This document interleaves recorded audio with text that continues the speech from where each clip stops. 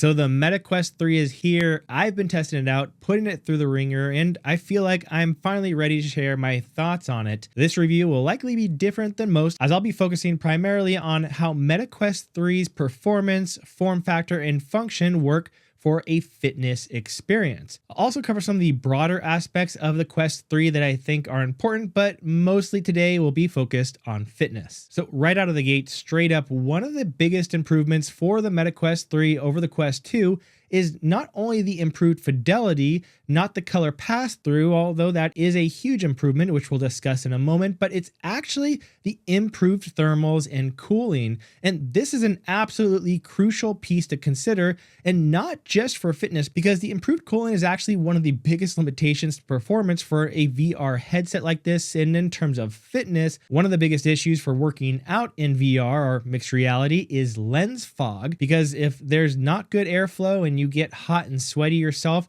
the lens will eventually fog up, eventually to the point where you'll need to stop to wipe the lens down.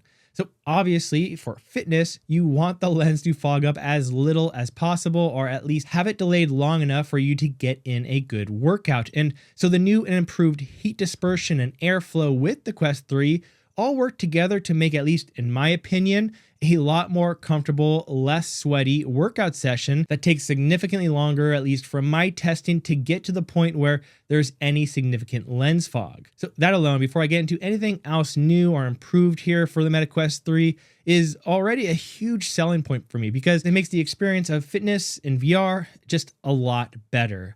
But of course, there's a lot more to it than that, so let's continue and dig right into it. And if you're a fan of fitness tech or appreciate unbiased reviews that get right to the point without wasting your time, consider liking the video or even perhaps subscribing to Connect the Watts if you want to see more videos in the future just like this.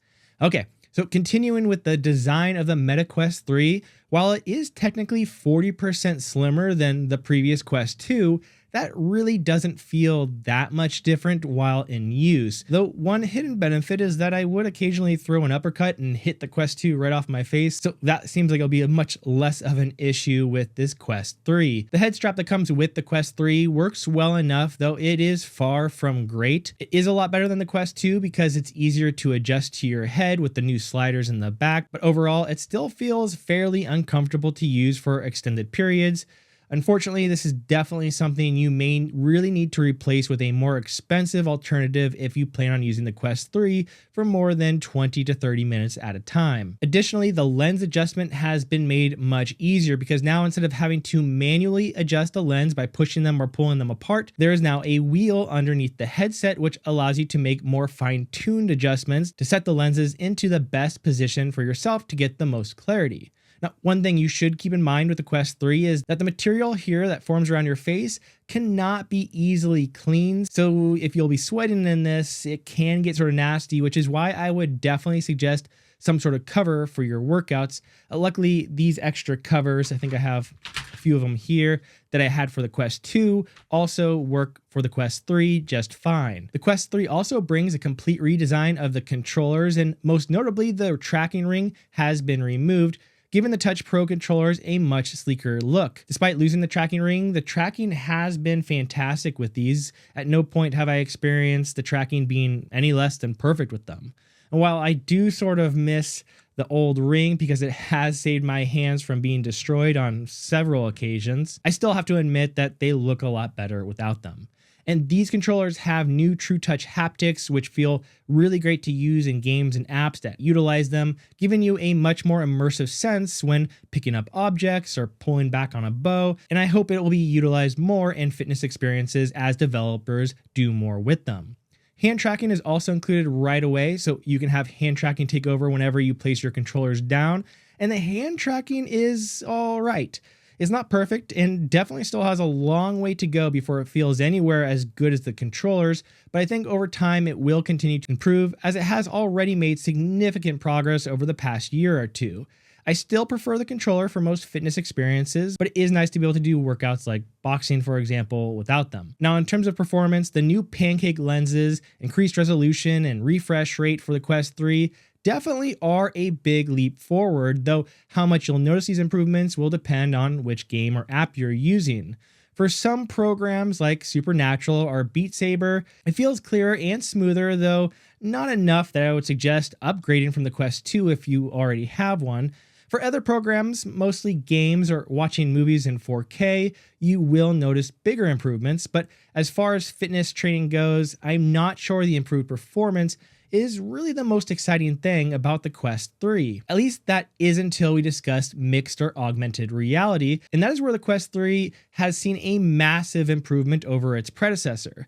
Instead of the ultra grainy black and white pass-through of the 2, the Quest 3 is full color and quite clear depending on your lighting.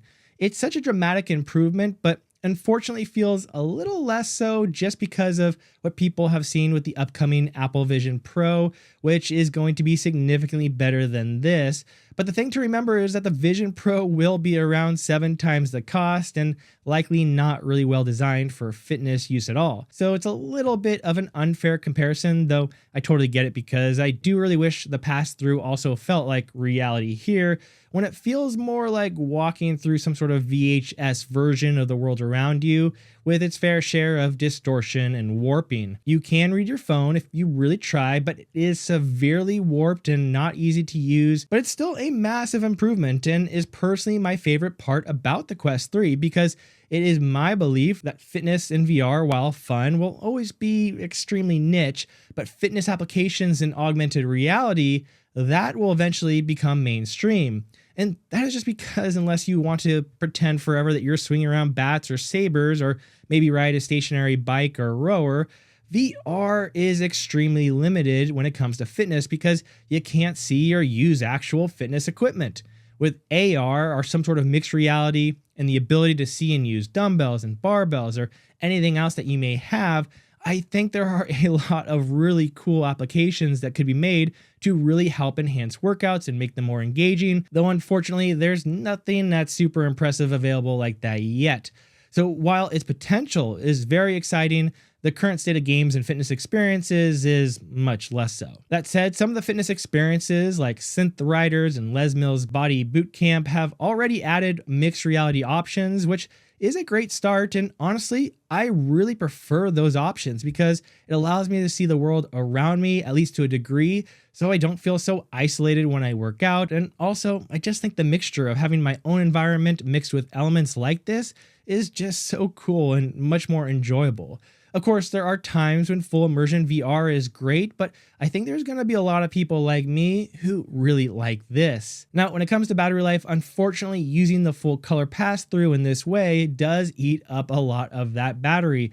For the Quest 3, if you are using it in VR, you'll probably get around 2 to 3 hours depending on what you are doing, which isn't amazing, but it's definitely good enough for somebody like me, though that battery life will fall to between 1 to 2 hours if you're using mixed reality applications because it's running the program in addition to that pass-through and depth sensor, so it's not a long time. Now, it's still long enough for me given that I only use the Quest 3 for about an hour at a time, but for those who like more extended sessions, you'll probably need to plug in or get an external battery pack or strap. So the big question, of course, is the Meta Quest 3 worth it?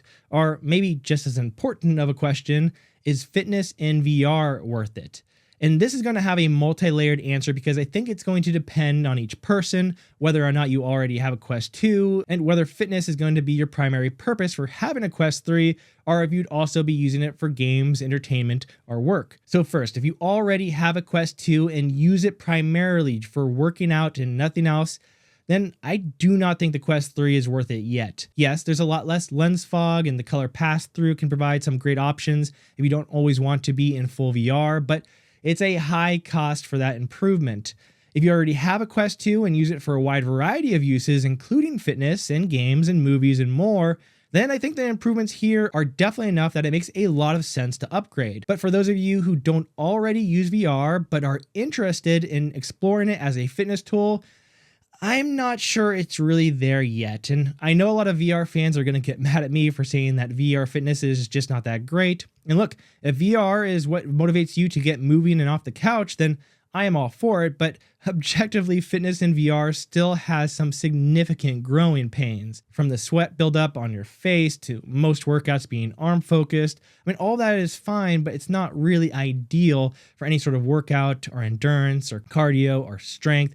yes, you can get away with it, but no, it's not going to be the most efficient, effective, or biomechanically sound. However, I am a big believer that this tech will eventually lead to what will become amazing and mainstream fitness experiences as mixed reality gets better and clearer, and as the devices themselves become smaller and less awkward to wear.